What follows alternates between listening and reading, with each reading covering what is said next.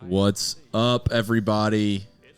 We are here live with the one and only Hunkykitty. Mr. Hunkykitty. I have a question just right off the bat. All right. Is it a play on words with Piggly Wiggly, or where did you get that name from? I wish it was. I wish I was that clever.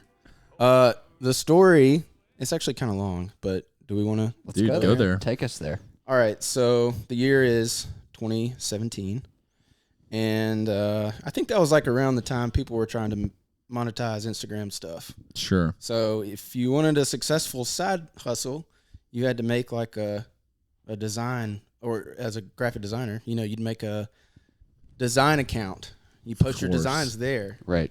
You post your terrible pictures on your personal account. Yeah. Right. So I had done that, and it was like my name, designs, something like that. Pretty stale, pretty boring. Sure. And at that time, I was like kind of finding out that I was not fitting into that sort of modern structure of, I guess, hustling and influencing and whatever. Like, a lot of people were doing it and were finding success. So I was like, I need to like run this separate account and like get followers and all that stuff. Yeah. And it was not working. So I'm like in my feels about it, whatever. And I go to the Iron Bowl in Auburn, and I'm at this fine dining establishment called Little Italy. Oh, yeah. Yeah. Okay. And I'm not at the game. We're watching it there. And I think I'm sure Auburn's getting just murdered. So we start talking about just life. We're not focused on the game at all. And two of my really good friends, Bethany and Ariel, had a friend get married. So they had went and visited this friend who was now newly married. And all they talked about was the pet names that this wife had given her husband. Oh, no. And they're like rattling off these names, and I wish I could remember some of them, man, because obviously they were gold. Yeah. And one of them was Hunkykitty. Oh, my And I'm thinking to myself, like, I love that. Like, it's got some alliteration to it. And Sure. I've never called a cat Hunky. Like, they're usually like cute and, whatever. Oh, So my I'm gosh. sitting there, and I'm like, it's a pretty good name. I wonder if it's a username on Instagram that I can have. Fantastic. So I type it in, and it's available. Wow. The rest Yeah, is that's pretty history. similar to, that's how Jimmy found the name for June was. I hope Jimmy listens to this episode so he gets really mad whenever I tell this story. Because he tries to deny this. But there was a group of guys back when Jimmy hung out with Sanford kids. When Jimmy was at Octane, I think. There was a group of guys that were seniors when I was a freshman. And they had a cat. They had a house cat. And the cat's name was June. And that was how Jimmy found the name June. And then to this day, he denies that that's why the name June exists. But he was crazy going to the third birthday party yesterday for June coffee because they dropped new boxes, like packaging. And on the back of it, it's like June has been a coffee roaster since 2017, but in 2021 or 2022, we took a big step and opened up our first storefront. And I was like, man, that's crazy. Like, Jimmy's been roasting coffee since, a long time. Yeah. 2018, I guess. And then I remembered it was called Epilogue for like 3 or 4 years. Yeah. Like I remember his first pop-up he did with Sam Rapp, who was my roommate in college. And he did it at the bar that turns into a Christmas bar. Queen's Park? Queen's Park. He did it at Queen's Park on just like a Saturday morning. And he gave... I think there's only like 2 or 3 Epilogue coffee shirts in existence. Oh, no. And Priceless. Sam Rapp has one of them. Wow. So it's kind of nuts though. But yeah, he changed it to June. And after he changed it to June, I moved to North Carolina. And one of my friends there, his name was Rob Johnston. And Rob Johnston was one of the guys who lived at that house with the cat named June. Wow. And so that's how I found that random fact out. So Wow. Anyway, so is your real name. Yes. But your legal government name. Your legal government You can name. bleep it out too. If it makes it funnier. But Hunkykitty is your Instagram name, similarly to June Coffee. You found it through a lovable cat. So I guess it was her husband.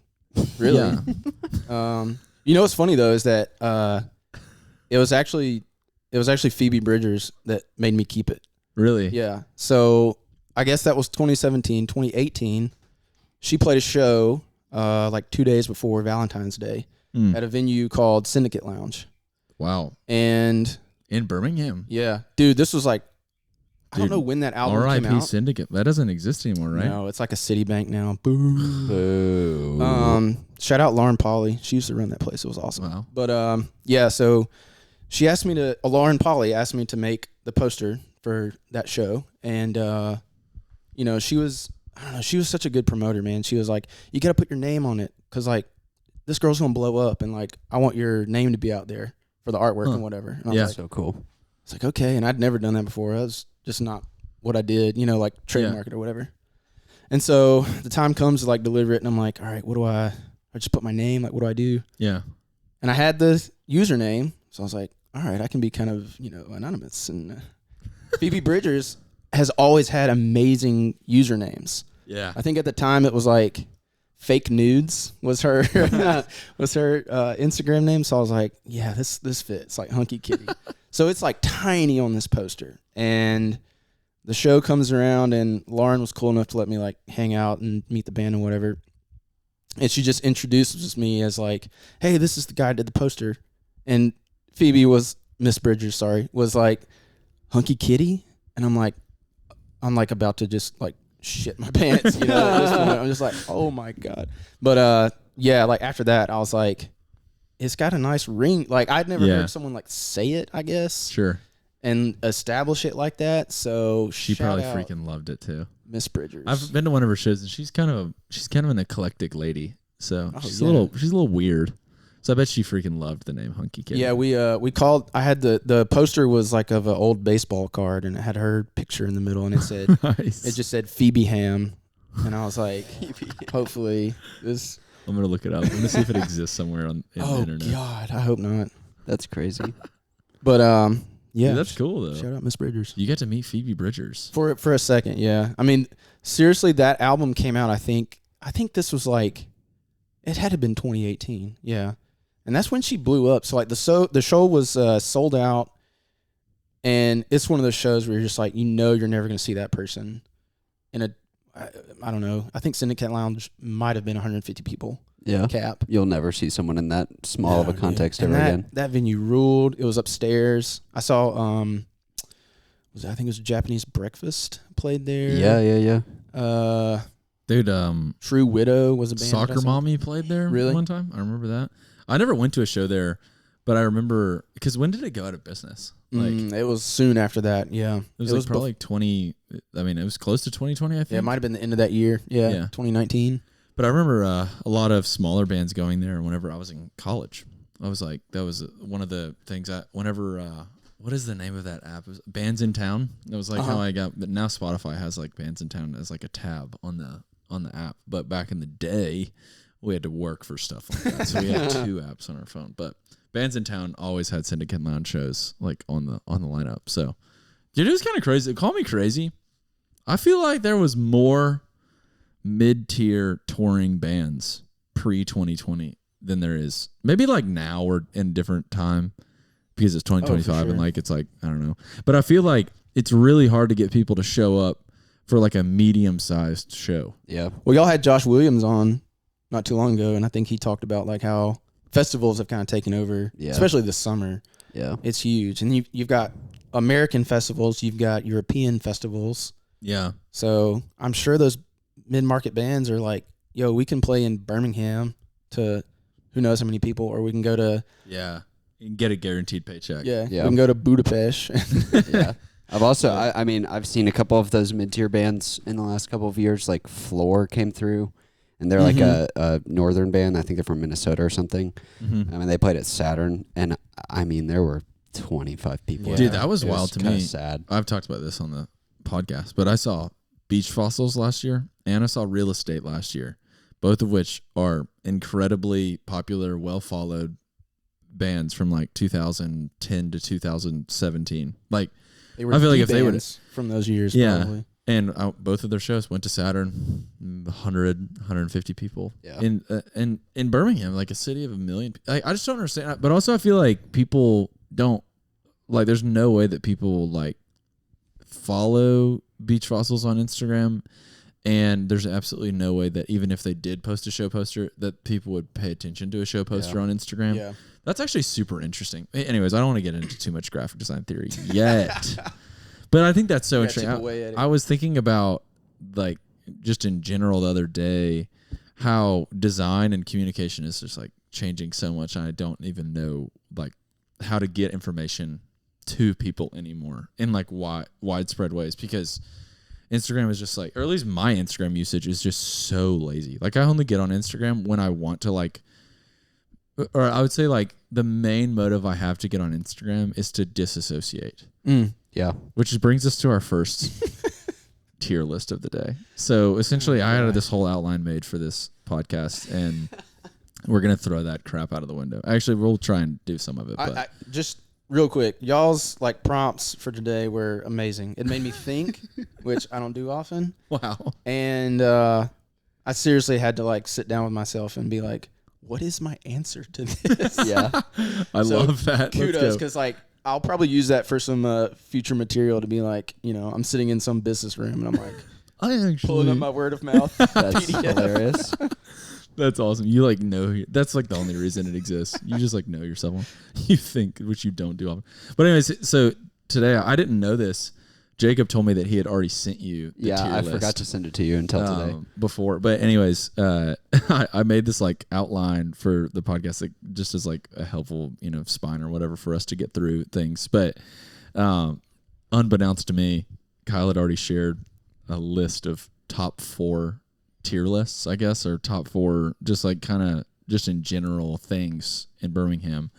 Because one thing about Kyle that I think is incredible is he kind of perfectly depicts Birmingham through his design. And if you don't know what I mean, you should just go check out Hunkykitty. And if you spend, and I'm not talking, like if you're like a Homewood dweller and you're listening right now, you're probably not going to understand what I mean because he doesn't depict Homewood very, like, perfectly, but I bet shout you out could. Homewood. I love Homewood. Yeah, shout out Homewood. I think one of the things that most people would recognize is the Mom's Basement bumper stickers. Yeah. Mm-hmm. So Kyle has made all of those? No, so I'll go on record as saying that when Mom's Basement started, I think they were looking for designers, and they were just like, we can't afford any of these people.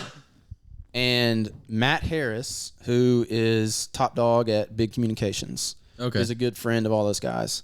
And I think he was just like, well, don't just give it to some rando. Let me handle it.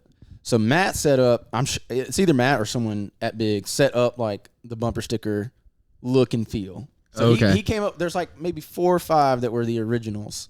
Okay. And then down the line, they came to me and they're like, we just need to continue all these and like add to it. So, I mean, I do a lot of design, but I love writing and like copywriting and stuff like that. Yeah. So just sitting down and just coming up with these silly sayings to go on a sticker, I was like, my calling. Do you have a personal favorite of the mom stickers? Favorite. You know, it was right around, I can't remember what year it was, but, you know, we get a lot of James Beard nominees here in town, as we should. Yeah. And honestly, I think it's lacking. Like, we should get more. Yeah. Sure. But I had made one that was like in, you know, a similar fashion. Just talking about Mom's Basement's James Beard Awards, which is 0. And we made one that said, you know, 0 James Beard Awards. And that's fantastic. It's perfect. Later we came up with one that never got made, but, you know, I was like, James Beard is for, you know, fine dining and just like incredible experiences. Yeah. What does Jimmy Mustache do? Like, what's his award? So we tried to come up with a Jimmy Mustache. Jimmy Mustache award. That's actually gold, man. Oh man. Okay, so top 4 spots to disassociate. That's what we're starting with? Sure. Dang. We got to give people what they want. So I guess like I tell my top 4 Sure. and we discuss. I think you could tell your top 4, and then we could kind of just like agree. Well, and then move on. I answered my own list because I could course. just go into this blind. I know that my number 4. Yeah, let's see here. start from 4 and go up. All right. Okay. Number 4 is just my basement. Okay. I have a nice basement. It's not finished or anything, but I've recently learned I like to play guitar to meditate, not necessarily to make anything. Yeah. Sure. And I can't do that with my girlfriend around because she'll be like, "You've been playing that for 30 minutes. What is going on?" Yeah. So definitely my basement. Number 3 would be just in my car at any tire and oil express place. Dude. Yep. Absolutely. When you're looking at them like do the work that you should probably know how to do. It's a weirdly pleasing thing. Oh yeah, I mean it's worth I think I pay like $40, Yeah. I wish mine's 90. Every Dude, you got freaking that time. synthetic oil then, huh? Yeah. Apparently. Yeah, dude, that gets you with that stuff. So yeah, any of those just sitting in my car. Number 2 would be Reed's Bookstore. Shout out Jim Reed. Have y'all been there? Yes, dude. Yeah, dude. I go now probably at least twice a month Wow. and just Lose myself. My wife hates that place. Is it the one downtown that's like super chaotic and there are books Yes. everywhere? Okay. All right. I have been there. For the record, he has cleaned up. I went back I think I went like this past Tuesday. He's really cleaned up the space. Has he really? Yeah, he's hired like 2 or 3 people to just come in and like and just try and organize. do anything. Yes, I think it's like the lack of doing anything is what it kind of. Now, I will say, I've put him to the test before, and I've walked in and said, like, hey, I'm looking for, and I went, like, really niche. I was looking for an Alabama canoeing book. Bang. And, dude, he knew exactly where it was, like, That's in a crazy. pile of books. That's insane, So, actually. Shout out to He's him. a cool guy, and he always, every single time that I'm there, he's, like, super, like, down to hang. Like, he is. We should record a hospitality. podcast with Oh, him. dude, he has a YouTube channel, and it's amazing. No way. What? Yeah. Does he just talk about books? I don't really think so. I mean, He's yes, just talking. He's just going off, man. He's got so many thoughts in that head. He's also got zingers too. Like I've gone in there before and I'm just like waddling around and then someone will walk in and be like, "So do you have?" And he's like, "Yeah, well we sell books, so I probably do." And I'm just like, "Bro, brutal." That's crazy. And then number 1 spot to dissociate is on the Cahaba River. Yeah. Oh yeah. Yeah. Dude, so that's something that I've also noticed about you too is you like love the outdoors. Yeah, I mean I grew up on a river and we were told not to play in it because it was nasty. And it probably was, but I think it was largely like a stigma of like we were downstream of Atlanta and it just, it was poo-poo water. Sure. You know? And you know that you follow water. They would say that all the time. They'd be like, "Keep your mouth closed." And I'm like, "It's water. Why?" Yeah. But it was definitely just taught to us that it's like kind of nasty. And then I move up here. I start to learn a little about, the ecosystems here, the rivers and all that. And I'm like, maybe it's not so bad. And you get all these E. coli ratings and all that. And I'm like, really? I'm actually really curious about this because last week, me and some buddies were in Ellijay, Georgia, and we jumped in like a river, like I don't know what you call it, not a stream, definitely bigger than a stream, definitely smaller than a river, A creek. a creek, yeah. And you could like fly fish in it. It's like one of like think like shallow kind of whatever, whitewater ish type creek, and genuinely, it was like one of the most delightful experiences I've ever had. We just like jumped in after hanging out in the Dude, there's sun. so many studies about like how your brain reacts to like natural sounds. You know, birds are up there and like very calming, very resetting. Yeah. Same with water, just like moving water. And then there's a lot of philosophy behind like moving water and you never walk into the river the same man. It's like there's so much that can like just you can think about. And then there's also just you can think about nothing. Yeah. You can be like, none of this matters because it's all flowing downstream. Dude, the one sound that's got I sound like a hippie right now. The one sound that has gotten me the most like fascinated by this thing that you're talking about, like nature sounds being so calming this year, particularly was when leaves came back and the winds the wind hits, not like evergreens, but like seasonal trees. When the wind hits those leaves, it produces this like super light white noise. And if I'm telling you guys, look out for it. It's so unbelievably calming. I love observations like that because I will now. Yeah, think about that, and like when it'll you're never leave me. When you're like walking on the street in Birmingham, it's so easy to just hear like a subwoofer or like like when you drive. That's the first thing you thought of. Yeah, or like a freaking 50cc motorbike doing a wheelie, or like it's so easy to like crew, dude, or the freaking T-Rexes or whatever they're called, like those 3-wheelers. Dude, I'm just like, it blows my mind. But anyways, noticing those things, it's hard because one thing that I don't understand about Birmingham's urban planning at all is they put water sources underneath roads. Like there's lots of roads in Birmingham where they like didn't really know what to do with the creek, so then they just built a sewer line underneath roads so they could build neighborhoods or build streets. Yeah. And I just genuinely have no clue why the original people were like, this is a good idea, other than just like streamlining traffic, which like they don't really like. I don't think that's a priority for Birmingham city planning. Yeah. So anyways, I'm just like really fascinated by that.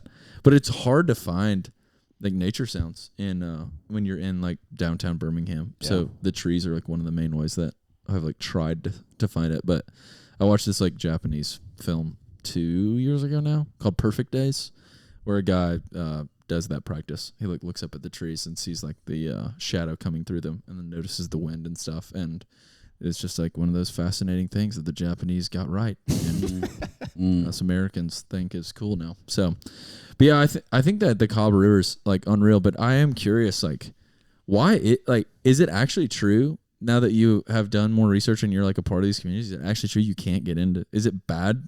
Like after like some buddies and we run at Black Creek Trail, which is up in Fultondale, and also growing up like 5 Mile Creek. Have you ever been there? Oh yeah. 5 miles like northwest of Birmingham. But me and my buddies had a rope swing, and we would go there. And one of my buddies skinny dipped and actually got like that thing that swims up your your TT'er.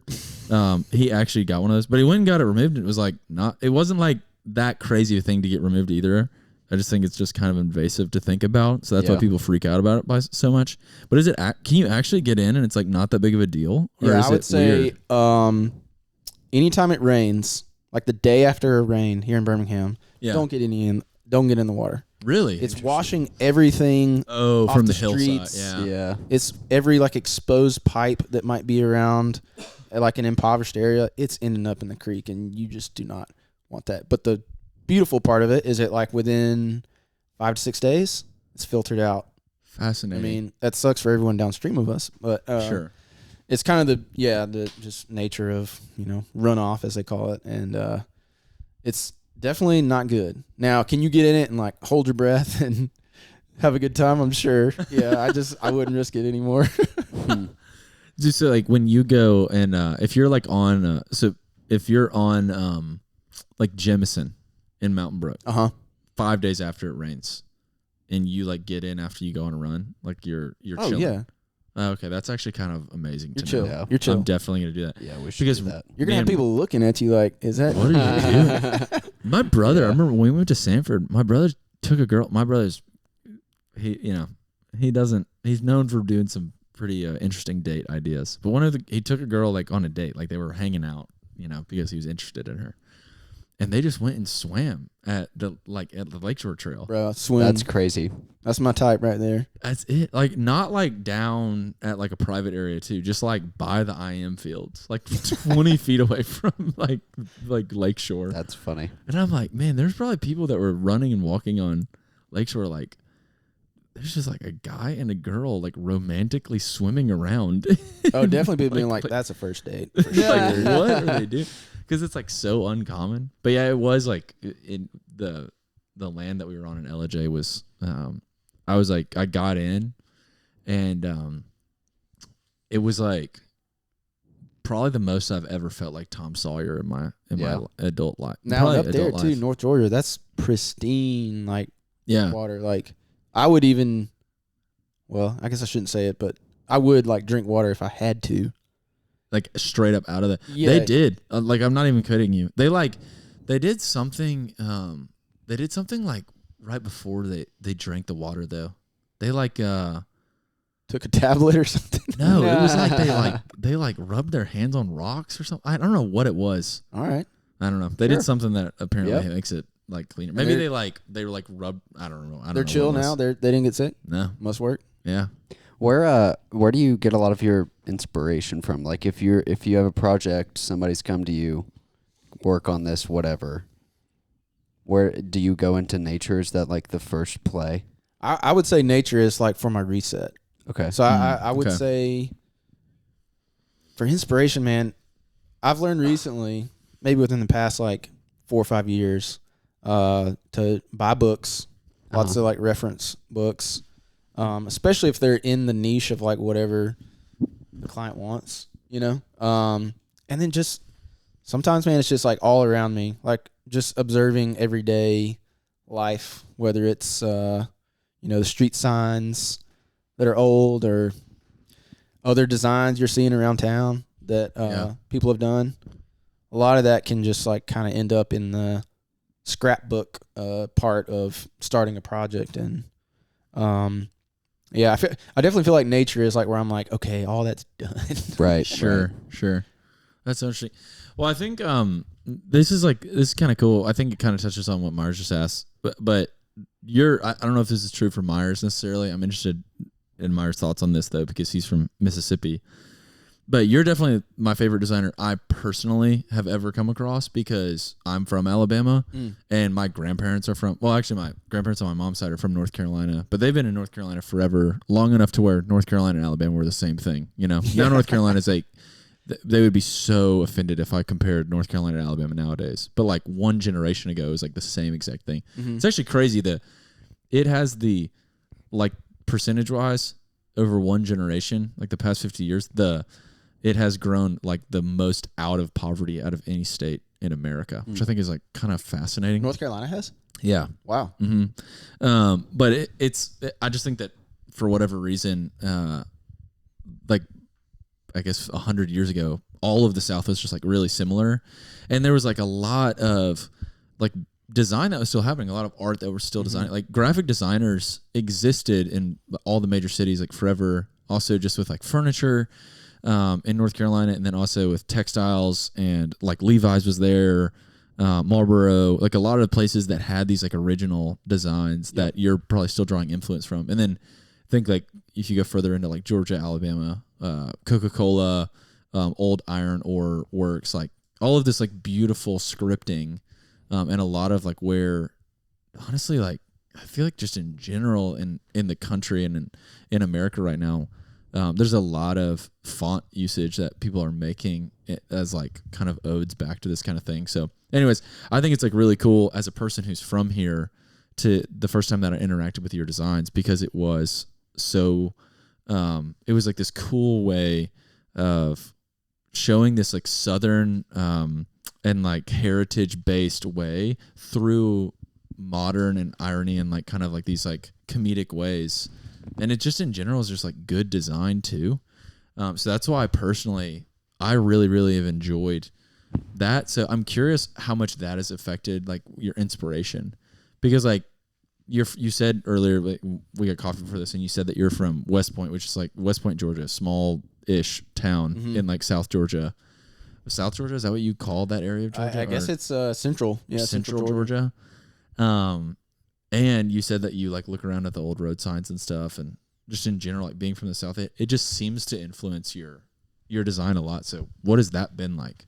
I think like, I remember the first time I went to a big modern city. It was actually Sydney, Australia. Wow. And I saw like... How old were you when you did that? I think I was 17. Okay, cool. And that was the first time I saw like European design, Swiss design, very clean design. Yeah. Whereas I was used to seeing like a faded sign, 100-year-old sign painted on like the side of a brick building. Yeah. Which is there in Sydney, obviously, but I remember that distinctly as I was like, oh, there's stuff that's modern that's out there that I have never seen.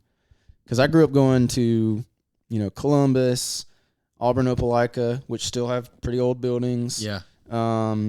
LaGrange, even like Atlanta and Birmingham weren't as modern as they are now back then when I was going often. And I think just like my town had like, a train station.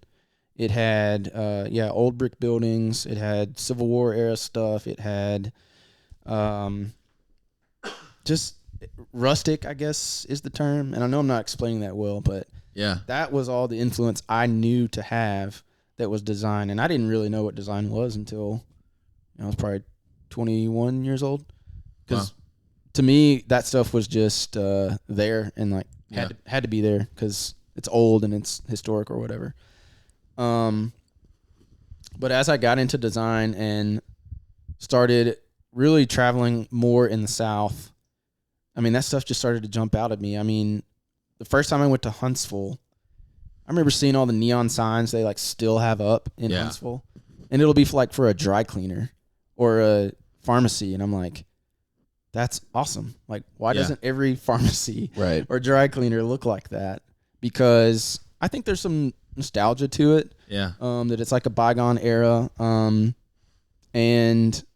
But it's just so beautiful to me that something that was made anywhere from like 100 to 50 years ago can like have this life, even in abandonment, that is like inspiring to me. And so I try to translate to that to my work in a sense of authenticity to like where I'm from and what influenced me, because I mean, I'd be a fool to say that like some of the Swiss or European design, it definitely influences me, but it doesn't get me all like jazzed up. Sure. Did you, because I think something I've gone through is I grew up in Mississippi, and so I grew up in the South, but I was very into art and design and, just things that is not stereotypically something people from the South are into. Mm-hmm. A lot of my friends growing up were the hunting, fishing, football people. Yeah. And so I went through a period of kind of resenting that and like wanting to leave and go far, far away from here. And then as I've gotten older, I've kind of fallen back in love with a lot of different elements of the South, the hospitality and the smiles and the grunginess of some of the cities and things like that. Did you have a similar experience? Like, did you want to leave? Was there ever a time where you were like, I got to get out of here? Or have you always kind of had this fondness of the South? Well, when we were talking earlier about like my kind of like college degree choices, marine biology was the top one, and Auburn had a good one, so that was on the list, and I lived near there, so I was like, all right, that's an easy one. Utah University out in Salt Lake has a fantastic marine biology. You would not have thought that. Well, they've got the Salt Lake, and it's that's a huge biodiverse area. Yeah. So that's like a huge program. So I went and visited there, and that was like pretty far away from home. And then Hawaii has I was curious if you were going to say. Yeah, Hawaii has an amazing marine, freshwater, saltwater program. So that was when I was considering like, all right, how far away do I really want to go? And I think that trip to Sydney, I went to Sydney that year, and then I went to Europe the next year, and I got to see a lot of different cultures. And there's something about just coming back to Alabama that I felt at home, and I think the biggest thing is that I knew my way around like alleyways and like shortcuts and stuff. And the resentment was definitely there because I thought that going to Auburn was going to kind of like kill all of that. Because to me, it was still the South. It was still Alabama. I didn't feel like I was branching out far enough. Sure. But it was just home, I think. And I guess that's like part of my inspiration is like just where I'm from. Is like I didn't want to abandon it. And I wanted to kind of like what you said, like I wanted to make sure I gave back to it in some way, even if it was just making a good name for myself that reflected back on my city. And it sucks because my parents just moved up here actually, and my sister lives here now too. So like we're all Birmingham. Wow. So there's no reason to go back to old West Point anymore. But I do miss it, and like it'll definitely always be like kind of a pull back to sort of that authentic feel of what I want to represent. I think it's so interesting how those design elements of here are. It's very interesting to me how when you go, like the further and further you go into, how do I say this? Like the further and further you go into maybe like a European trendy type of design, especially when it comes to like the design that we're talking about being like primarily like informative or like just branding. We're not talking about like interior design. We're not talking about like stuff like that. We're talking about like getting information across in some sort of way. It gets like a little bit silly when you go further and further into it. I think it's cool, you know, but I was talking about this with a buddy the other day who is living in Coleman right now, and he's trying to figure out a way to communicate in like Coleman ways with like some sort of design. And he was like, you can't go too far into design or else it's like you're not going to be able to understand it. And I was like, dude, this is like kind of the never-ending conversation about design in Alabama. Is like you have to be able to like introduce people to things at a rate that they can understand and handle.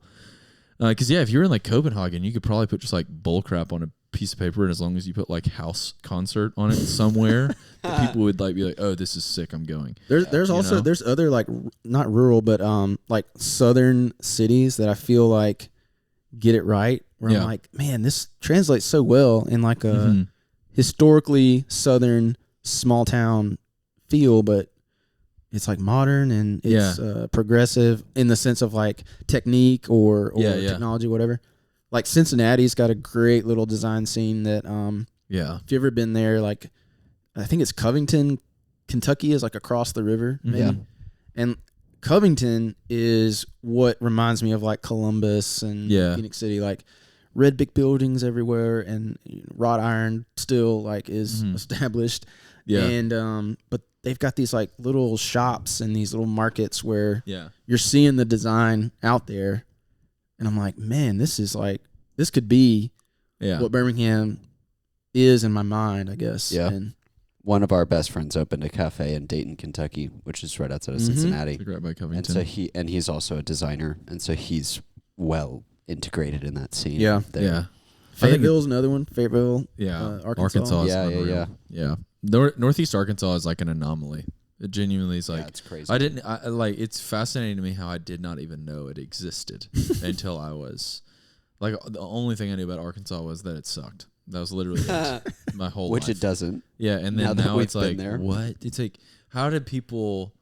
I don't understand. I guess it's just funny. It's just funny how like design trends like that carry. But anyways, so if you take the European route or I don't know the best way to explain that. I don't know the proper term. But if you take the modern trendy design route, you kind of get into this like it's like untranslatable, ununderstandable. Like it gets to this point where you can't even really understand the words, whatever.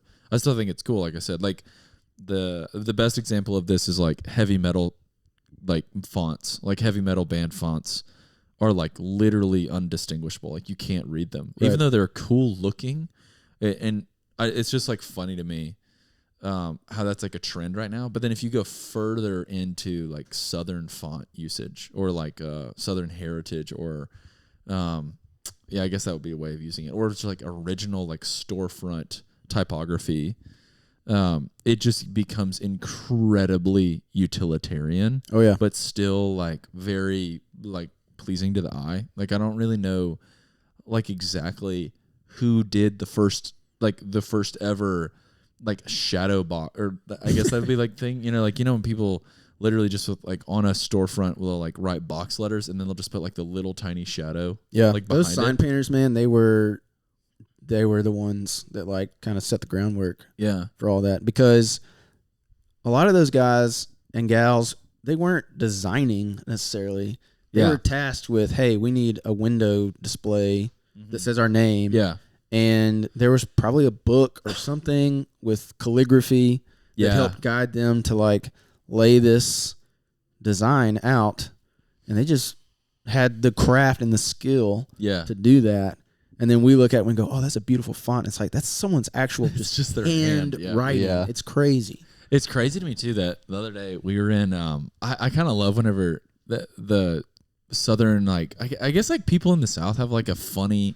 I just feel like humor is like in this like old kind of hee haw way is like pretty common amongst like I don't know, like iconography or like signage in the South. And we were in LJ last week. There was a Mountain Dew ad, and underneath it the phrase was "It'll tickle your innards."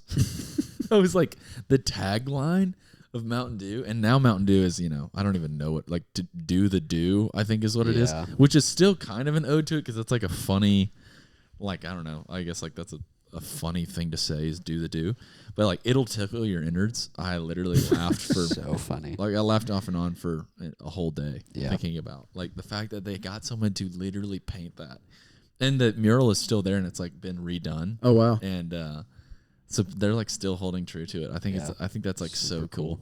I think it's cool too. I was talking about this on the podcast last night with Myers' parents, but I personally don't like New Orleans, like just with my own taste, but I do love New Orleans because New Orleans is like, it is nothing but itself. Like, they don't take themselves serious, and like I think that would be my life motto if I had to live by one. It's like, just don't take yourself too serious. Yeah, and I was talking about how I was contrasting it. Like, I don't like Raleigh very much because Raleigh's just so agreeable now.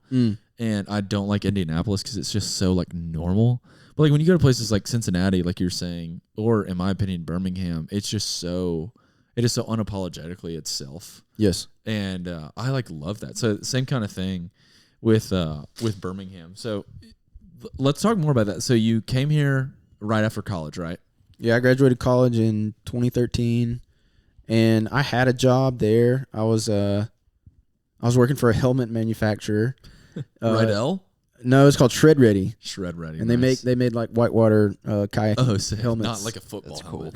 Cool. And I would lay out these catalogs, and it was a lot of like, they had like team members, I guess. So these guys wanted crazy graphics put on the side of their helmets. Oh, cool. That actually sounds really fun. So I got to do that for a few years, and that like built up my skills just in like the programs, I guess. Yeah. And then the Auburn Graphic Design School is pretty tight knit. And I got a call from a friend of mine who had graduated maybe a year before me. He said, "Hey, we're building a new team for a ad agency, brand agency up here. Would you like to come?" And I had family that lived here, and a lot of people had moved to Birmingham from Auburn, so it seemed like the right choice to make that like first jump into the field. Mm-hmm. And I mean, the rest is history. I've been here 10 years now. So what has it been like to be a designer in Birmingham throughout that? I mean, that decade or so of you being here. Like, what is the Birmingham design? Like, what has it been like for you? Like, what has been the development of it, I guess? I'll be honest, it was great when I got here, or at least I thought it was, because when I first moved here, obviously I had a great job. We had this thing called Design Week, which was an AIGA program, which I think is like American Institute of Graphic Arts. It's like a national program, and you get like little sectors that will raise funds. And anyways, we had a Design Week like maybe like 2 months after I moved here, and like Aaron Draplin was the main speaker. Wow. And it was just so inspiring to see the city I just moved to like put on this event. And then the next year it was like gone. I don't know what happened. Well, actually I do know what happened, but it's a boring, it just like faded away. Huh. And so I think since then, what I've seen is that we have a community here of designers that we all know each other. We all kind of work in the same realms, whether it's communications or marketing, branding. And there's a real sense of like, we've got to fight against everyone else coming into Birmingham and like getting hired for some project here that, they're not from here versus, wanting people to get you or hired here that are from here and working here. And that has like, I think kind of built like a pretty creative community here that is not only just design, but I mean, all of the art communities here are pretty strong. Yeah. But they're not, I think they're just so underrated as a lot of things in Birmingham are. I mean, if there was a graphic design James Beard Award, let's go. Like, Yeah. I'll start handing them out because I know where they need to go. Huh. And I think too, there's so many great brands here that like, it's like a company would start. They'd hire a local designer. Yeah. It gets put out into the world, and it's still around, which says a lot about like that initial brand and that initial work. Yeah. That it's still here. And then like when those become like key players in the community, hosting events or funding something, like that's huge. And I think that's I don't know if that's a strictly Birmingham thing, but it's a magical thing. That's cool. So when you say that it was great when you got here, are you disenchanted with it now? No, I think though, I mean, I'd never lived in a big city before. And I think just now looking back, I'm like, you have to try, like one person has to try so hard to get something like a design week to happen. Yeah. And, you know, that's a lot of work. And so now I think just looking back, it's not disenfranchised. I'm just like, it takes a lot of work to make a community, especially a creative community, kind of flourish, because it's not just making art and making pretty stuff. Like, there's funding, there's organizing, planning, all that stuff. And then you've got to like deal with our city, which can be pretty, you know, problematic. And I think now I just have a lot more respect again for like those companies that have started stuff, stuck around, and stuck to their original branding as like kind of the keystone of their identity. Yeah. Yeah. Like Milo's. Yeah, sure. It is kind of wild to me how that's like the one Birmingham brand. That is probably the Bro, can I be so for real? Talk to me. That is a trash burger. Are y'all like... I was mostly talking about the brand, but yeah, the Milo's. Yeah, I think that the sweet tea and lemonade is. Woo. Yeah, I never get a burger when I go there. I mean, it's like it's Sloppy Joe. It's not a burger. I love that it's like it.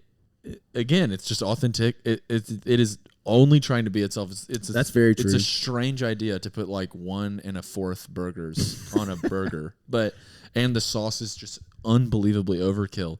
But when you go to Milo's and get a Milo's burgers, it is undeniably only going to taste like a Milo's burger. Yeah. It's also, we need to follow up with. We found out that the CFO of Milo's listened to one of our episodes. Yo, I love Milo's.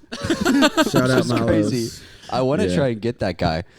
One of my things. You would make great. I know they're tied to a local agency, and so that kind of plays into what I'm saying. Is that like they're local? They could be hiring anyone, man. They've got the money to hire anyone, and they keep it local. And so, like, mad respect for stuff like that. Something I want to do with our podcast is I would love to interview like C-list and D-list CEOs. So like everybody wants to interview, you know. Nike. Tim Cook. Dude, the and vice Nike. president of Nike's kids are coming to Sanford. That's I learned crazy. that. So we can maybe get we should a Nike try. plug. But like if people want to interview the big wig CEOs, I want to interview like the CEO of like Captain D's.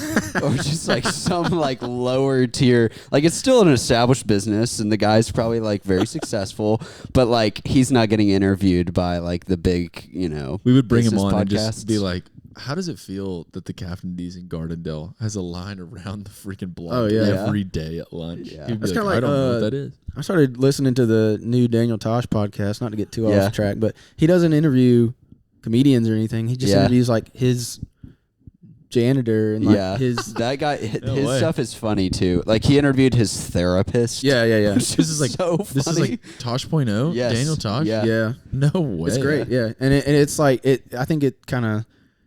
I like that it's you know when it's like if you were in design, we're talking design. Like I could definitely see that singling people out. Sure. But if you had like a cook from Nikki's West on here, like I'm listening to that. No, Nikki's West is high on the list too. We want to get the owners. Come on, Nikki. I've never thought about that. That's actually an unbelievably good idea. Oh yeah.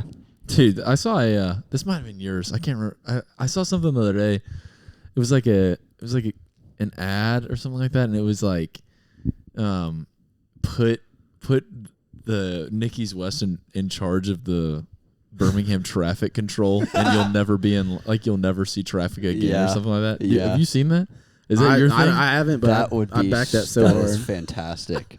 Dude, I'm trying to remember where I saw that. Chick-fil-A can run it for like Monday to Saturday, and then Nikki's Yeah. Bus comes in on Sunday and like cleans up traffic. That's crazy. Genuinely, that place is unreal. Ugh, I Now I'm really want to hungry. go there. Yeah, we should go there this week. I should have put it on my tier list, but I didn't do any serious ones. Oh, speaking of tiers list, we just like flew past one that I was gonna do, and that because we were talking about Birmingham design scene. Top 4 designers in Birmingham. Oh man, dude, I saved that for the last, and you're just. Oh my bad. No, you're I gonna didn't know do there it. was No, like we'll- I didn't know it was like in order. We may lose some people. Like, yeah, so just gotta get it off. Okay, half the listeners are already gone. so top 4. I'm gonna go number 4. The boys at Yellowhammer Creative. Yeah. Brandon and Brett. They like held me in a tough time when I was just like trying to like find myself in a lot of this silliness of like identity of myself and design and all that. Yeah. And then like they're just like they're core people in the design community here. Yeah. So it's just awesome to be. I've bought so many posters from them. Yeah, man, they're still going strong. So shout out. Number 3 would be Nolan Strauss. I think I'm saying his last name right, and I know Nolan well, but Nolan is from Baltimore, and he has done a ton of incredible work with bands from Baltimore. I mean, he's like entrenched in that community. He moved here, I think, with a partner for some work that she had, and you know, it's a testament to like his ability to like adapt to like a design community that he jumped right in when he moved here. I think he moved here maybe 2020. I could be nailing that wrong, but he just immediately like tried to get in to the community here, and he started like a little drawing club that was called Letter Rip, and you know, we would get together and just sketch, and I think he was a teacher at one point, so he taught design, and he's still really good at teaching. But yeah, shout out Nolan. Yeah. Number 2 is gonna be Andrew Thompson, our boy. Come on. Come on. Same with Andrew. Like he's done so many brands around town that I just love, and like they're still here. Yeah. It's just like, yep, that means it's goated because it's still around. He also went to Auburn, so you know. Okay. Yeah. War Damn Eagle. Come on. And he did Muchacha, which I feel like is the most popular beer to come out of Birmingham ever. I don't know if that's right though.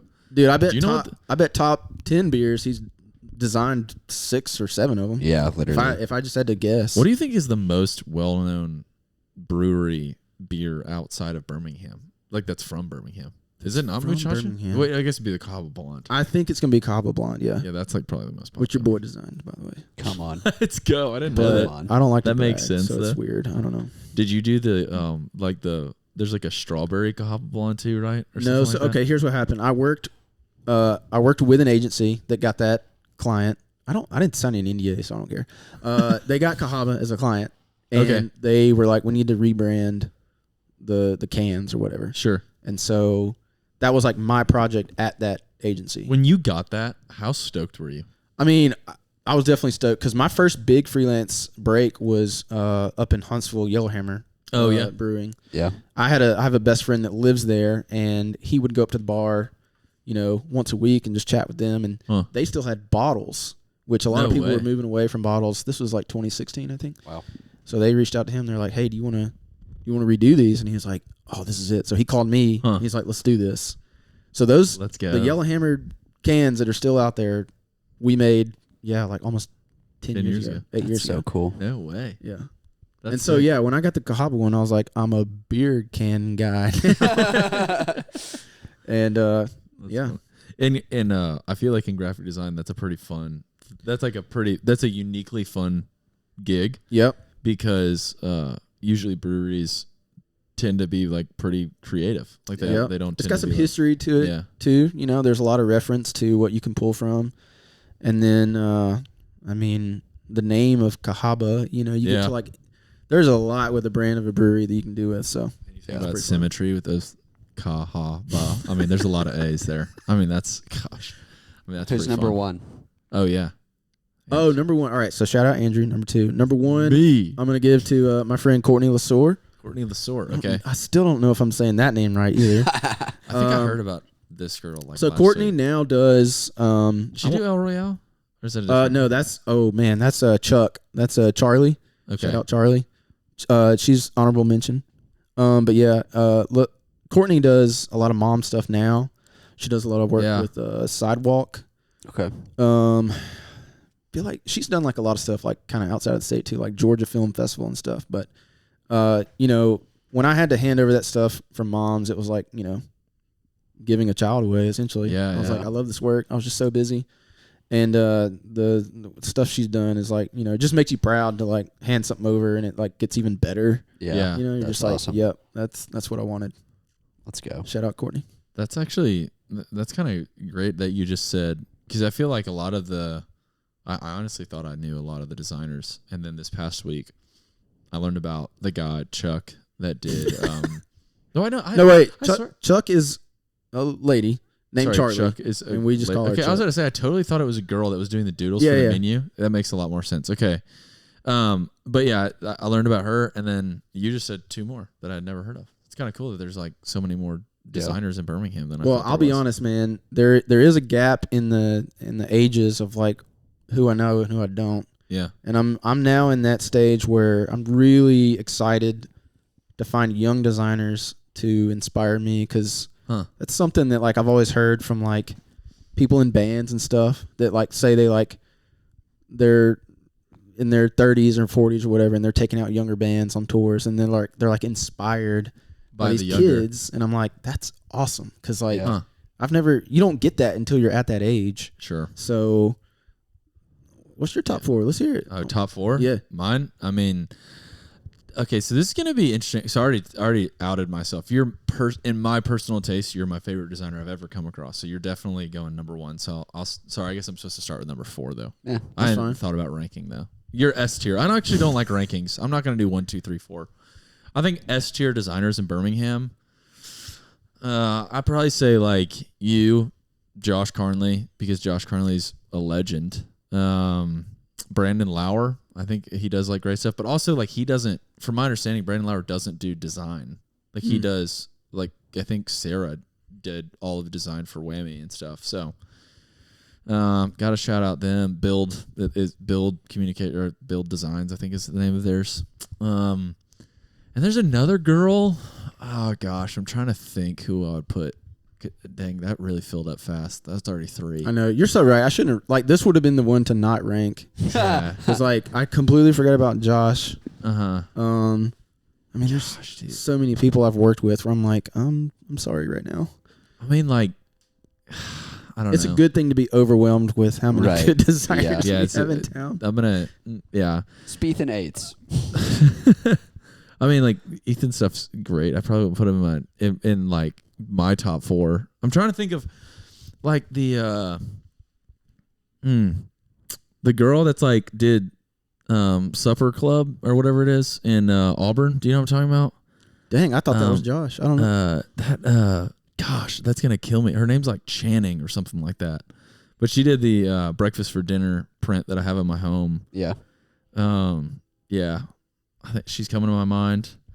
Dang, I'm probably leaving somebody out that's gonna like really. I'm gonna bug try to me rattle later. off some, and like honestly, some of these people I only know their Instagram names. Yeah, because like, I'm just not in some scenes, and that's fine. But like, there's an account called Pokari Bomb.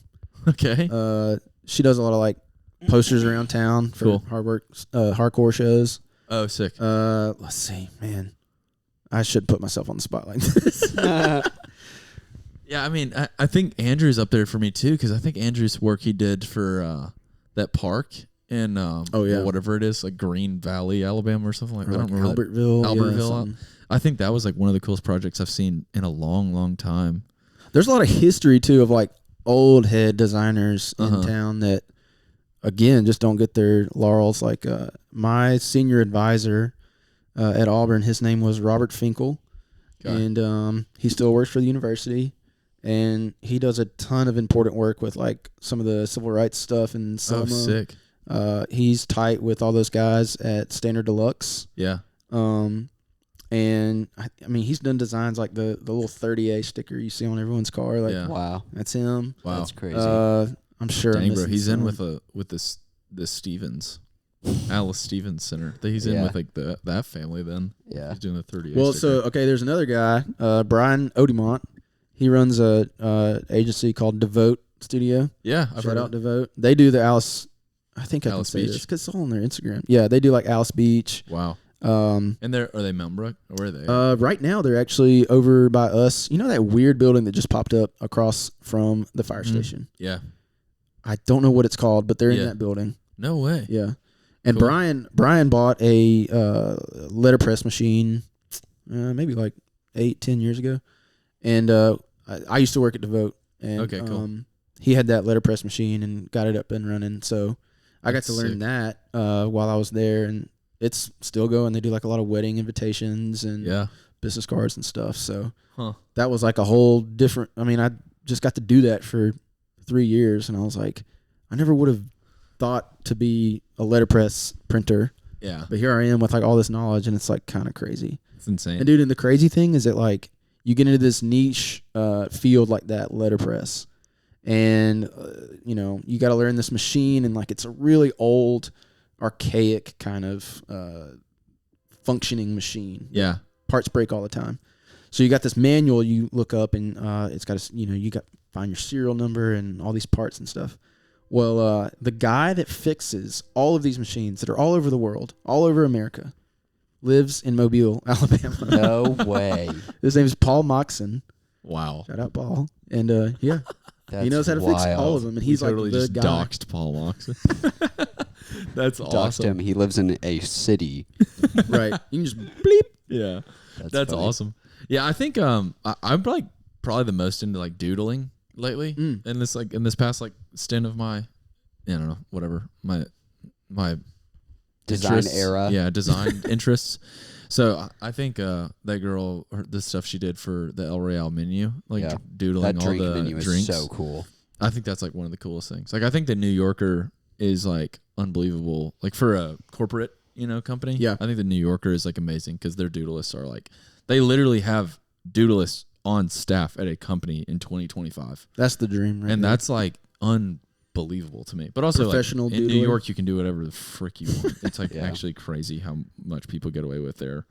It's like as if they're living in like 1920 or something like that. But kind of love that. But anyways, top four designers and a little bit more there for you. So Love it. there's Birmingham's world. Okay, so let's see. What do we want to talk about? This is kind of going to be like our wrap up section here. Let's just do another. What if we did another top four? Do you have anyone that you were like particularly stoked on?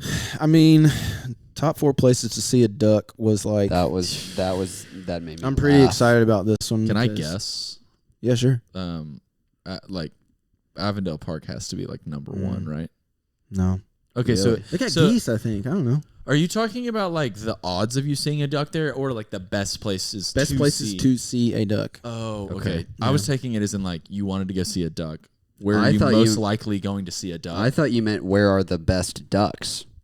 I mean, that is kind of like. what Dude, the Melissa best was. ducks are definitely not an avid. They're the Yeah, ugliest they ducks are I've ever not seen in good my ducks. life. They Yeah. look deformed. Yeah, so my list there was okay, this is not local, but the Peabody Hotel Okay. up in Memphis. Yeah. I want to see those great, ducks. Great Yeah. ducks there. Yeah, I want to see Probably the that. most pristine ducks. They got to be the most famous ducks, other than like the Mighty Ducks or. Yeah, they probably Yeah. are. There's ducks there for sure. Wait, do you know about this? The ducks at Peabody? Yeah. Yeah. My dad's from Memphis. So, Okay. Yeah. I've been. I don't know. What you've seen them? I mean, I've been to the Peabody before, and I Dude. remember there being like an ornate Yeah. inclusion of indoor-outdoor Yep, things. they live on the roof in a miniature replication of the hotel, and then they lead them down to the fountain. That is hilarious. I didn't So, know that. I got to see that. Obviously, the Cahaba. Bang. They got like wood ducks and stuff. My buddy has a house in McCalla, Oh, and we're trying to attract ducks to his pond because Okay. they're like good for the environment. So wow. his house, Any luck? not yet. No, we've got like, So this is a place that you want to see a duck. yeah. Oh, okay. So there doesn't even really need to have like. you No, don't dude, even this really tier need list to is have- all over the It place. just To be so has fair. ducks are the central theme of this. Yes, because my last my last place to see one is at Red Pearl. If you think about it, if you It's pretty good. If you've never had the duck there, it's phenomenal. Red Pearl. Duck on your plate at Red Pearl. Yeah. Fantastic. Honestly, dude, I don't think you truly have lived in Birmingham yet unless you've eaten at Red Pearl. Yeah. That place is amazing. I bet if you could stand anywhere in all of Alabama, if you look up at the sky long enough, like you'll see flying, like One a of flying our- duck V. One of our favorite like questions to ask people is, so think about your top list of restaurants, right? Mm-hmm. Whatever that is. What is like the one at the bottom of the best restaurants in Birmingham? So like if for example, mine's East West. Right. So if somebody comes to Birmingham and I'm like, dude, like, would you go get any food? Like, the food's amazing here. Like, what's the restaurant that they would say where it's like the last place of like, oh yeah, I'm pretty excited you went there. You know, for me, it's like, if someone went to East West, I'm like, definitely not as excited as I am about others, but I'm not bummed that they went there. Right, I'm like, right. yeah, that's probably better than a lot of restaurants in your city that you're from. You know, kind of vibe, type beat. Dang, Hi. this is tough. For some people have answered Red Pearl. That was why I could definitely see that, yeah. Yeah. Because like it could be a turn off to see the bullfrogs and the Yeah, the smell. Also, things. one thing about Red Pearl that really frustrates me, their water is bad. Yeah. I don't know if you ever get water when you go there, but their water has like I that always get weird. not- you've Ono now ruined Poke. water for me at Pearl. Onopoke also has this like weird, like kind of like I don't know, it tastes like a pipe kind of, Yeah. like a zinc vibe or something like that. All right, I have my answer. All right. It's a chain actually. Okay. Really? So I think that's why it's at the bottom. Okay. Is that it's a chain? It's not endemic to Birmingham. Hmm. North Italia, Mm. freaking Yeah. slaps, man. Yeah. So I've been to others. I've been to one in like California. I've been Yeah. to one in I can't. It's undeniable that place is good, Yeah. Dude, they've got like a pesto chicken. bro. Yeah. If you Stephen go and Gracie love North so Italia. North, apparently their original one is in Austin. That's where my wife's from. Wow. Okay. And so she went when it was like a local. It was in their like version of the Summit, but it was like a local Italian place. Uh-huh. So when they came to Birmingham, she was like, "No way!" Like it was her favorite restaurant in high school. Because Which like is the so top funny. of my list of bad restaurants that I would Yeah, be like, why did you go there? Would be like probably Chewy's, yeah, which is like kind of the same in a way. Yeah. but- sure. Yeah, and Austin Chewy's is like probably 100 times. I don't think that's an over exaggeration. 100 times better Yeah. than it is here. It's actually That's kinda like one nuts. of my hot takes is that I really don't like Chewy's. I mean, I'll 'Cause I have go some and it's like friends who love after it. the jalapeno cream is over, it's like, what are you even doing? Might here? as The well view just is nice. leave. They We got a can great go to- view. We can Yeah. you can go there, get jalapeno cream and chips, and then you can go to Maya and eat the rest of Yeah, your meal, and it would right. be great. Right. Yes. I love absolutely. Maya. That's probably if somebody went to Maya, that would probably be maybe the last place on my S tier for me because I'm like that's such a vibe, sweatpants Mexican. But yeah, I think that I think that the top places to see a duck would be the sky. I think that's the number one place to see a duck. Up. Up. Because you're usually in a V too. So Yeah, that's pretty They're good. pretty. It's pretty fun to watch. Yeah. Yeah. And I then- think number one, I think you should not just say the sky. I think you should just say up. Up. Number one is up. Number two is down. Ah, yes. It's I as didn't if think you're- about that. Yeah. If you're in a plane and you fly over Birmingham. a flying. Yeah. Okay. Well, all right. I think that's like kind of unreal. Also, your third one, top 4 tattoo artists at Good Neighbor Tattoo. So. I this is like wish I knew. Well, this is what a joke meant. because there's Yeah. only 4 tattoo artists. Right. Is Good Neighbor the one that's in Crestwood? Or where is Good Neighbor Good Tattoo? Neighbor is on 5th Avenue, like kind of Okay. near Automatic. It's across Okay. from Automatic. Yes. Oh, But cool. shout out Jay, Ryan, Paul, and Cole. I think Cole's his name. Wow. Um, Today's episode sponsored by Good Neighbor Tattoo. yeah. Oh, please give me a discount or something. I don't know. Yeah. Dude, I just want to say I have a tattoo story. So whenever I was in Budapest, I got tattoos because it's cheaper in Europe. Sure. Shop minimum here, what? Well, I was gonna say theoretically Theoretically. cheaper. Yeah. Well, where's the punchline? Myers, thanks.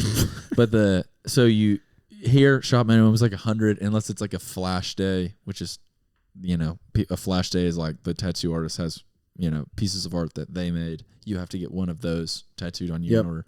It's usually $30 or $50 on a flash day. But typically, if you bring in a piece of art that you want tattooed on you, it's $100 minimum.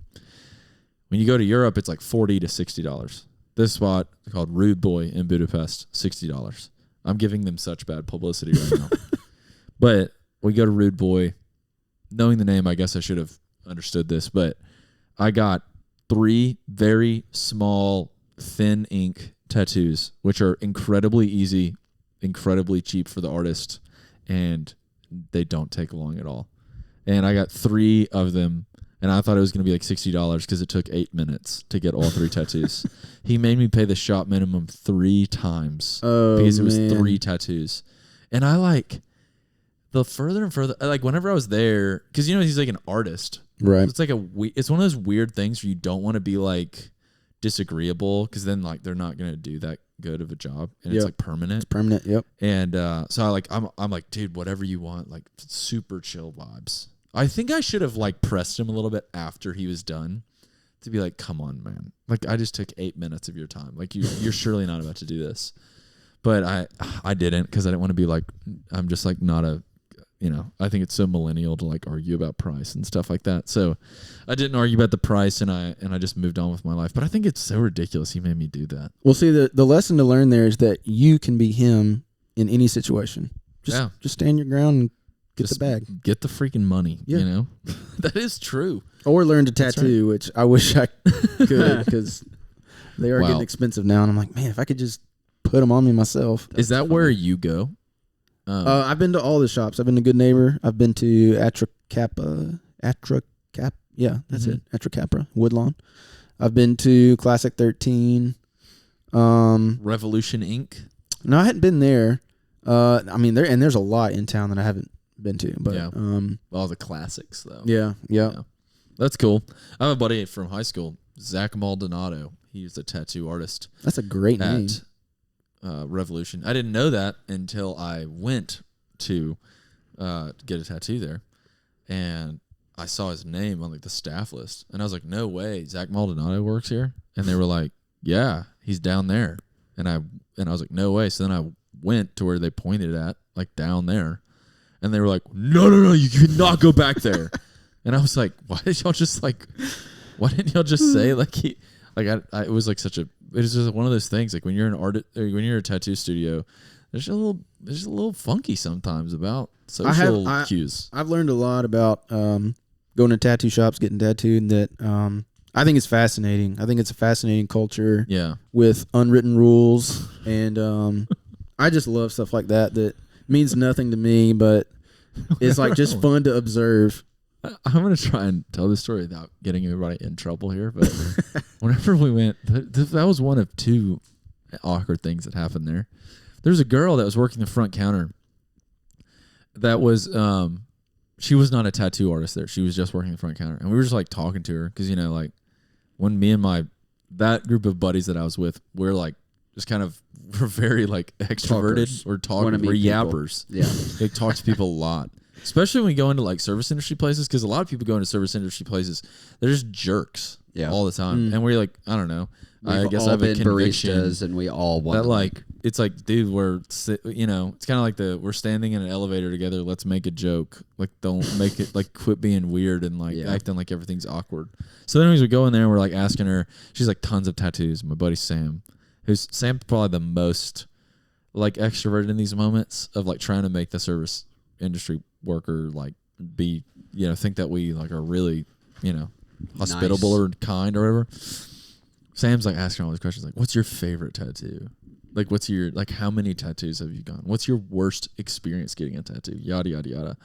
And she just keeps responding in these super weird she's just that's a super rude question to him, just asking what's your favorite tattoo. And we'd be how many tattoos do you have? She's oh, I don't really remember. We're just okay.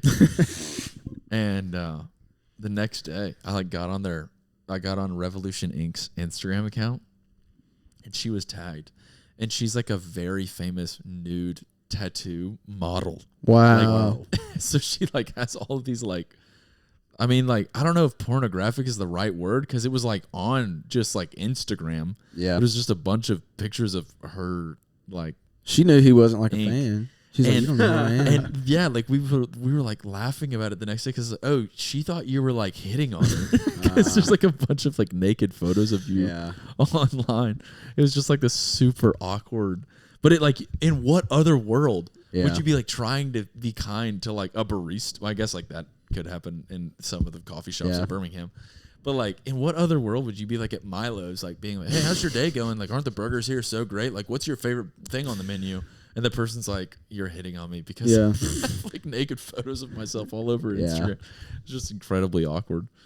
But yeah, anyways, there's a thought about the tattoo industry in Birmingham. But top 4 Kyles. For me, Kyle Humphrey's is number 1, number 2, number 3, and sweet. number 4 Thank for you. me. Wow, what? Yeah, and Dr. Golden. He's going to be my shout out. There's a guy named Kyle that went to UAB that I knew. That was, Okay. He goes by Dr. Golden. That's what Doctor Golden. Golden. That's his name on Instagram. I love that. That's what he calls himself when he freestyles. Because his rhymes are golden. That's right. Right. He's a doctor. My top 4 Kyles are, I'm excluding myself because, I don't like my name. Really? Yeah. Really? I think that was a big part, too, of sticking to the Hunkykitty stuff was like, I didn't just want to be like Kyle something like. Sure. And then, we had that meme going around of like drywall and Monster drinks and stuff. Yep. I was not having it, man. It's also funny because every Kyle I know is like an artist. Like one of my best friends is Kyle Bowman. In my opinion, he's the best photographer I've ever seen. Okay. He's unbelievable. He's an accountant full time, but his photography is just gorgeous. And so that's my perception of Kyle. Yeah, I think artist like you or like Kyle Bowman. we can't be in professional positions because it's so weird to say Mr. Kyle. That sounds like a Mr. Potato Head. Like that's just not at all okay. Yeah. So Mr. Hunkykitty is fine. Mr. Hunky. Let's see. All right, Kyle Carpenter. Bang. Shout out. Another artist, Kyle. Yeah. There used to be a band. Okay, when I first moved here, there was a band called Kyle, and I found this out because I went to pee in the Bottle Tree bathroom, and there was someone had graffitied like Kyle is a great band, and I was like, what? What does that mean? That's a name. And I looked it up, and there's this band called Kyle with a local band, and they were playing at Secret Stages. Oh, sick. Shout out Secret Stages. I missed that. And I went and they ruled. That's got to come back one day. And I'm so glad that a band that shared my name was good. Because if it was bad, right, they would not have made the list. They're now called Witches Well. So they did change the name. Oh, okay. But they still exist though. Yeah, it's still around. Kyle Liebarger is going to be my number 2. Okay. He does Native Habitat Project. He's like famous on TikTok. Cool. Wow. But he's from I think he's from like Hartselle. And he basically just promotes like wild native habitats. So he's awesome. Let's freaking go. And then my buddy Kyle Milam. Shout out Kyle Milam. He's from Pell City. Wow. He lives in Fort Collins now, but he's a good dude. Pell City. He's vegan. He might be the only vegan person I know now. Wow. He's awesome. I love you, Kyle Milam. Shout out vegan guy Kyle Mullen from Fort Collins. Was that 4? That was 4, yeah. Wow, there it is. Bang. There we go. Here, I'll just like rip off a few because like rip off some. top 4 local lines to wait in. I really liked this one. Because that's hard to do. Like, I don't like to wait in the line anymore. Yeah. But Vineyard Market. Yeah. I love hearing people talk to Mo. I guess he owns it. I don't know, but he's always there. I love that line. Just sitting there listening to people like talk to him. Like he's so wholesome, and he's usually watching like tennis or Arsenal soccer. And I just love him. Jack's drive-through for breakfast. Yep. Yeah. That's a good line. I got Jack's breakfast the other day. I didn't finish the hash browns. Yeah. Left the hash browns in the bottom of the bag. Not in the little thing. It was just kind of like sitting down there. Next day, left the bag in my car. Saw it the next day. the whole like bottom 1/3 of the bag was like grease stained. Yep. I was like, just from like a few hash browns. Secret ingredients. That's what was in my stomach whenever I saw it. Too. That's like, I wonder why I feel terrible pooping. That's why. Yep. But Jack's drive-thru is great though. Yeah. Penny a Page Day at 2nd and Charles. Mm. Y'all know what that is? Yes. Yeah. That line is crazy. It only happens once a year. Yeah. And I mean, it's worth it to stand in that line because it'll go all the way back to the store. And I'm like, I'm getting like 10 books for like $6. Like, it's crazy. Mm. Penny a Page Day. Yeah. I'd literally never heard about this till right now. Yeah.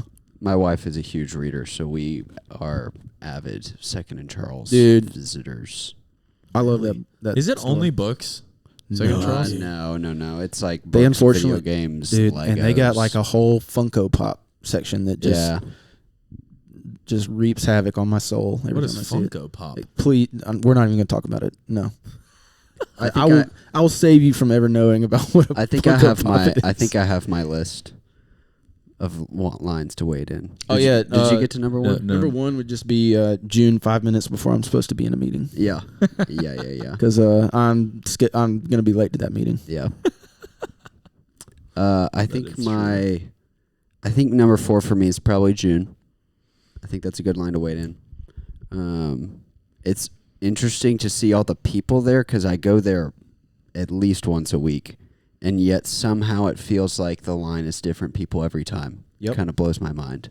I'm like, I see the regulars, but then somehow I see people I've never seen before, and I'm like, this is kind of insane that there are this many people rotating through here. Yep. Cool. I've seen famous people in line. I've seen the mayor.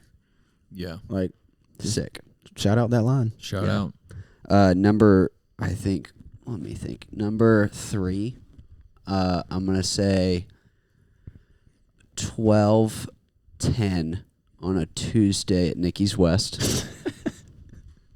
Line is, I mean, it looks like you're never going to get your food. Mm-hmm. And like 5 minutes go by and they've gone through like 75 people and you're up next. Yep. And you have to prepare yourself to...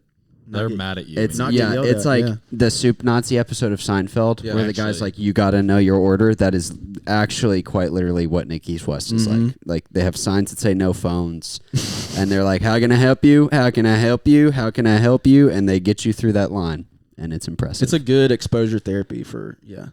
just anyone with anxiety, go to Nikki's West and get your plate. My number 2 is the bread man at Pepper Place. Oh, okay, yeah. Because that bread is so scrumptious and there is a line and you have to wait, and the anticipation and then the satisfaction of having any bread product from the bread man. That's gotta be fantastic. a hot line. Like, It's like suffering. You have to now. suffer. Yeah. But it's worth it. It's worth it for the bread. My number 1 is the line to leave the Sanctuary of Redeemer on a Sunday morning. Because there are a lot of Talk people about in there. Social experiment of all time. Yeah. You try to write a book on how to do that well, and you won't be able to. There are hundreds of people in that sanctuary and 2 doors to get out. And there's so many like awkward 2-second conversations. And you know so many people and you like want to say hey, but you also and you're like you got to get out. You're being shoved between 3 people and a door while you're like, dude, how's the soul? It gets thrown on you and you're like, wow. Whoa. I mean, no one's more judged than the guy that just gets up after church and just beelines it to the car. Yeah, Everyone's it's like, whoa, what's wrong with him? "What's You up okay, with man? All right, I got 4. I actually really, really love this. I love this prompt so much. Number 4, definitely going to Irondale Walmart self-checkout. Like, genuinely one of the most. You're a masochist, son. You Like, I love Walmart so much. That's crazy. It's just like, it is the weirdest. Honestly, dude, like, the only place I've ever been in that's worse than the Irondale Walmart is the Gulf Shores Walmart. Like, when I was in Gulf Shores the other day, that line, like, the people in there, I mean, every single one, I just want to know everything about their have them on life. the pod, man. I just want to be like, how? The Lakeshore Just Walmart. let 'em talk for an hour. The Lakeshore Walmart, I feel like I'm in It's like close. a war-torn country. It's close to the Irondale Walmart.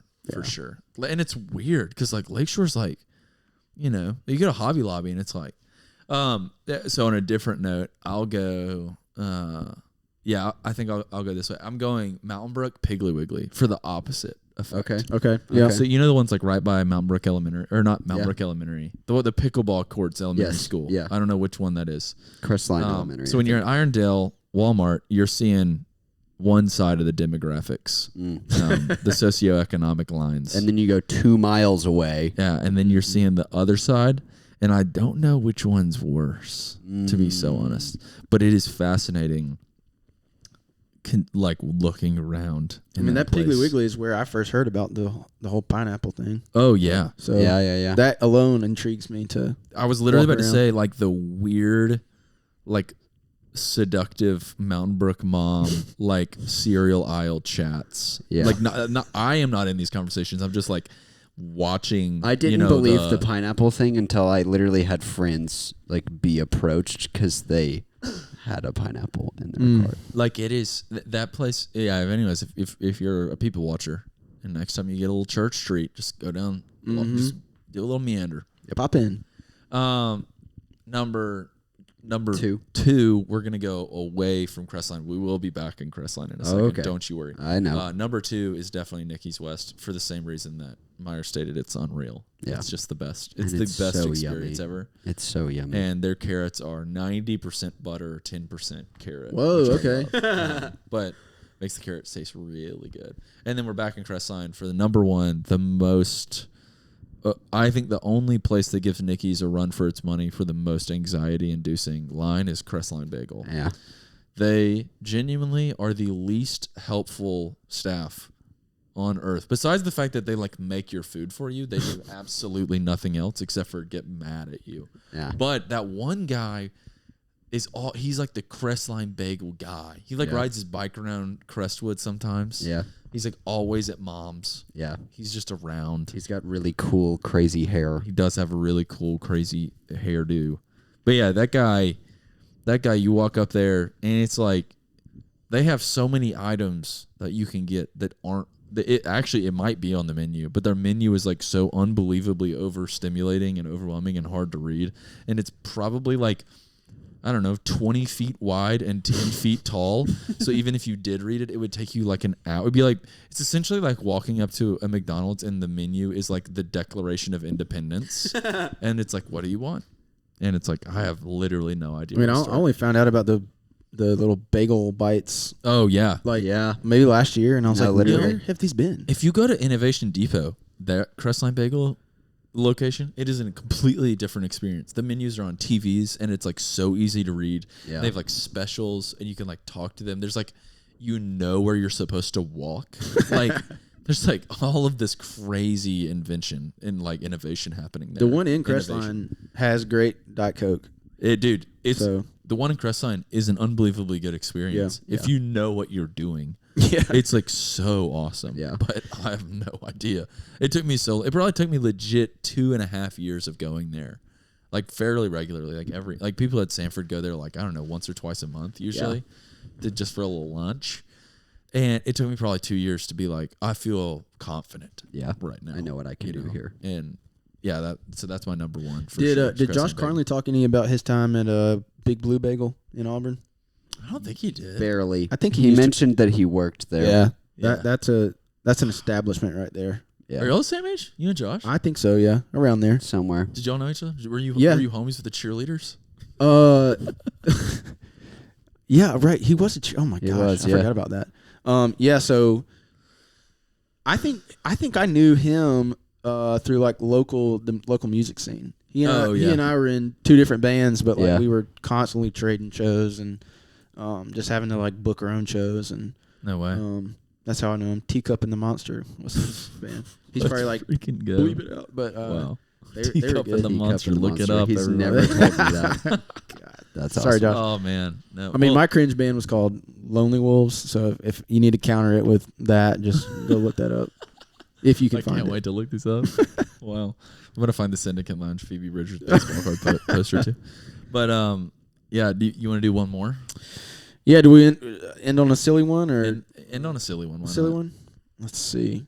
I mean, a quick, easy one. Top 4 hottest baristas at June. It's all of them.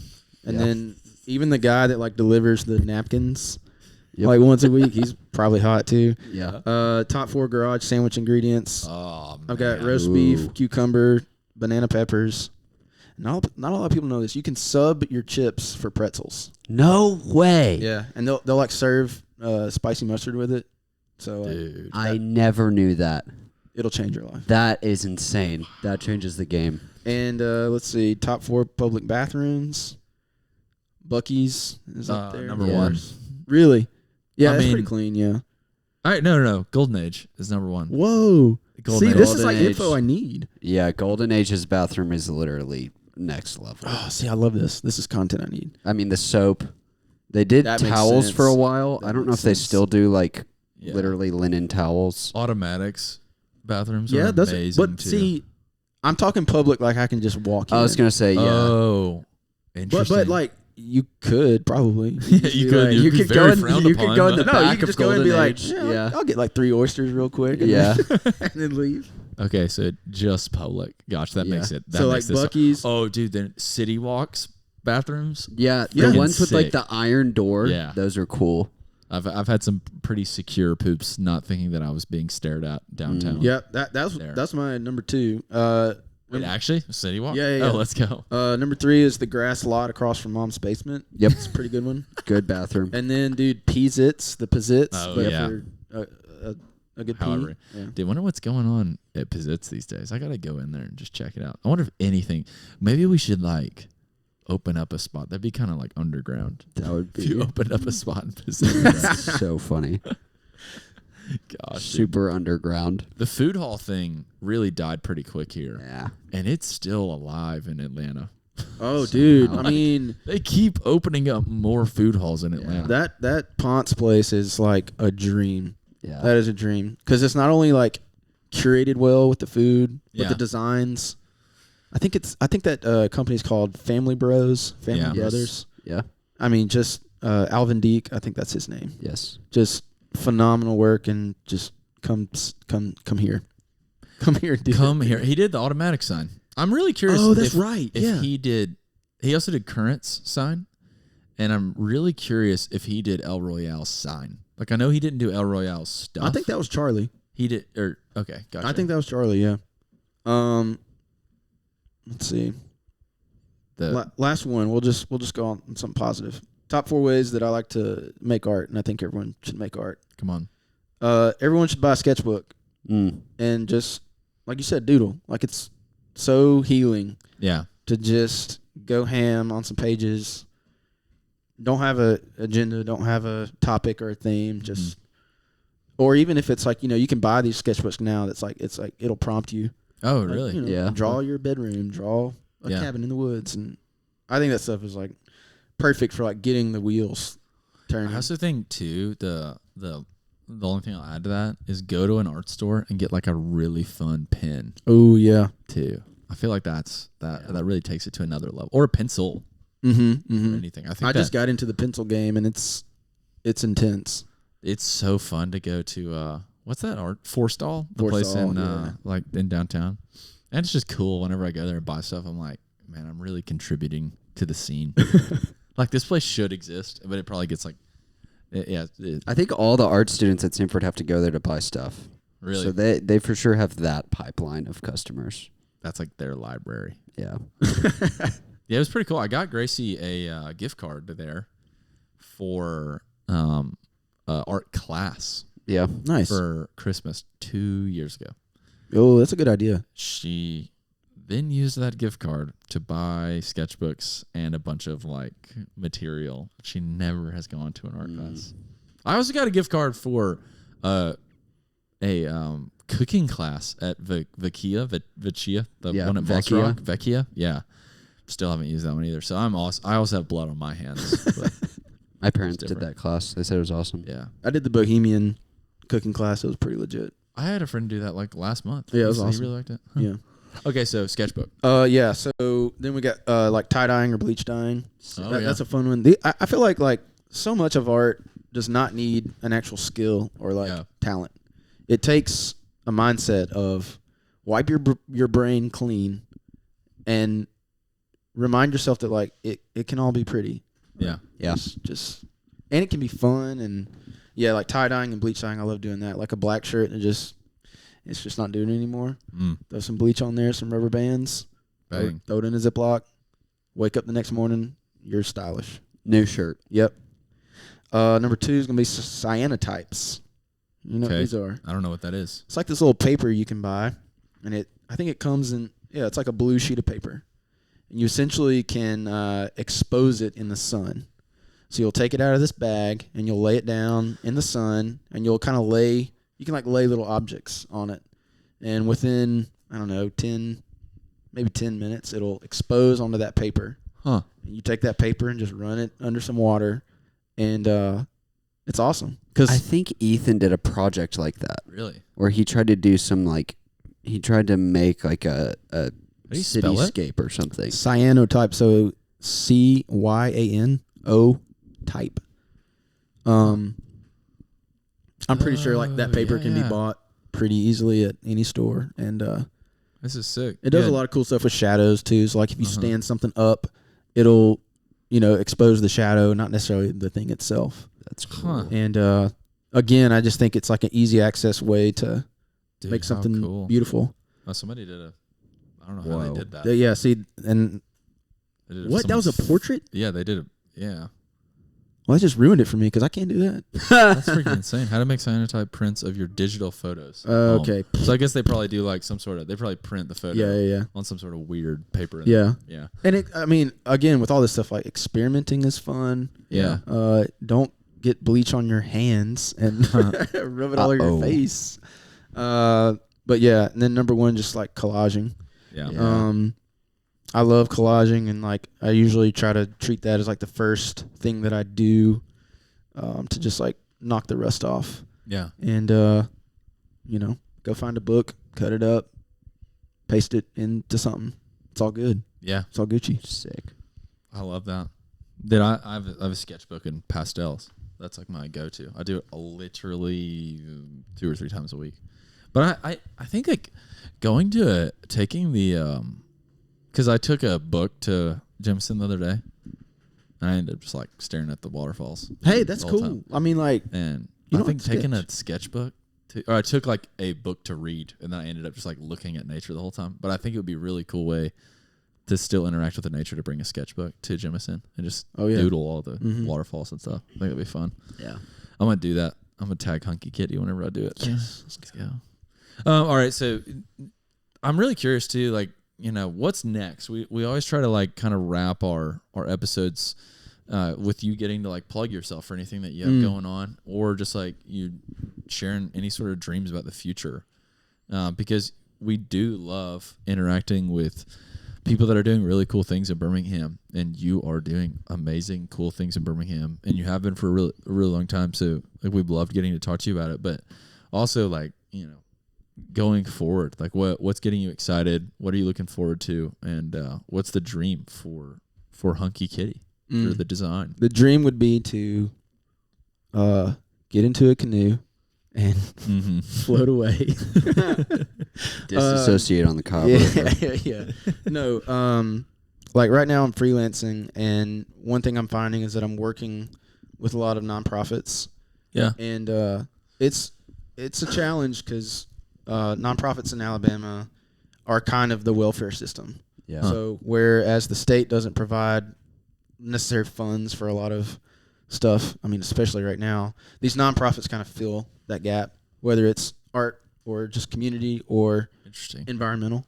And I mean, I want to, I don't know how to do this yet, but I want to build something where it's like, that is my repertoire. It's just the nonprofits around here, whether it is helping them find marketable materials or other artists, and just making sure that, like, it's like you said earlier, like, how do we get that information out in like a clean and invigorating way? Yeah. And I feel like if anything is going to be done that like is a net positive for graphic design, it should be like nonprofit work and stuff that gives back to the community that we're all in. Because I can design 1,000 beer cans and they win awards and all that, and like what are we doing with it? We're just getting wasted. You know, it's just like alcohol. It's not really changing the environment, but you know, if designers can lend their services to these nonprofits that are struggling to, you know, market themselves,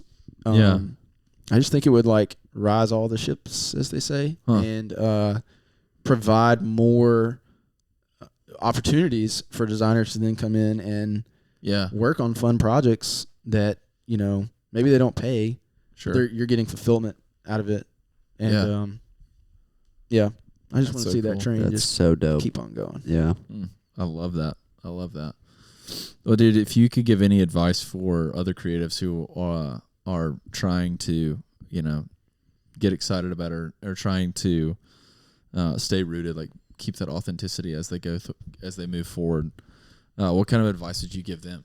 Because that is kind of awesome how that would be like your true north is getting to stay authentic while also getting to like pour back into people doing that. So I don't know if you did get the chance to talk to somebody who is younger, like a college student or high schooler, or I don't know, maybe just like even a young graphic designer just starting out, what kind of advice would you give them?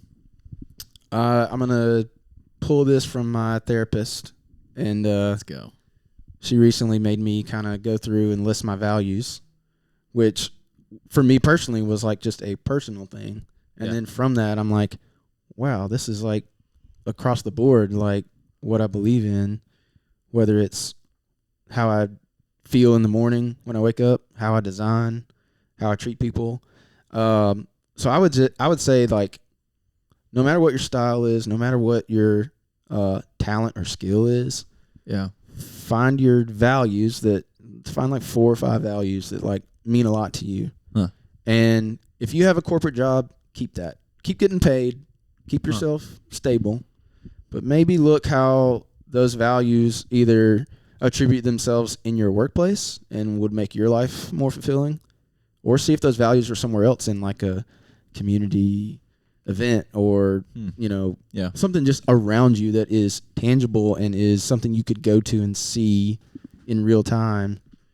And, you know, just see how those values come up and where you can apply them. Yeah. I love that. Very helpful takeaway right there. Shout out my therapist. Hey, shout out your therapist. You want to dox your therapist?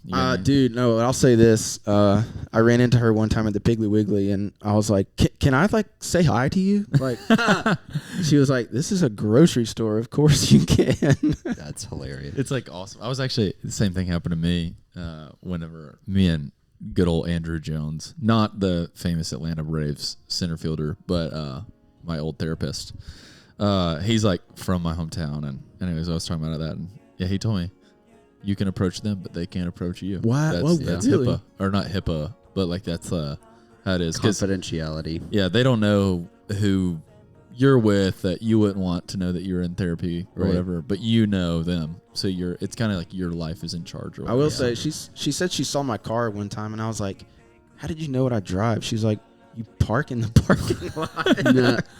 And I'm like, I'm just overthinking this superhero who, like, I just think is the best, and she's just so normal and down to earth. Oh man, hey, well, Kyle, thank you so much for being on. Thank y'all, really appreciate it. That was actually so awesome. Everybody, keep making art, keep designing, keep pouring into Birmingham, because when you do, it becomes like the Birmingham that we live in now because of people like Kyle. Hunkykitty. Wow.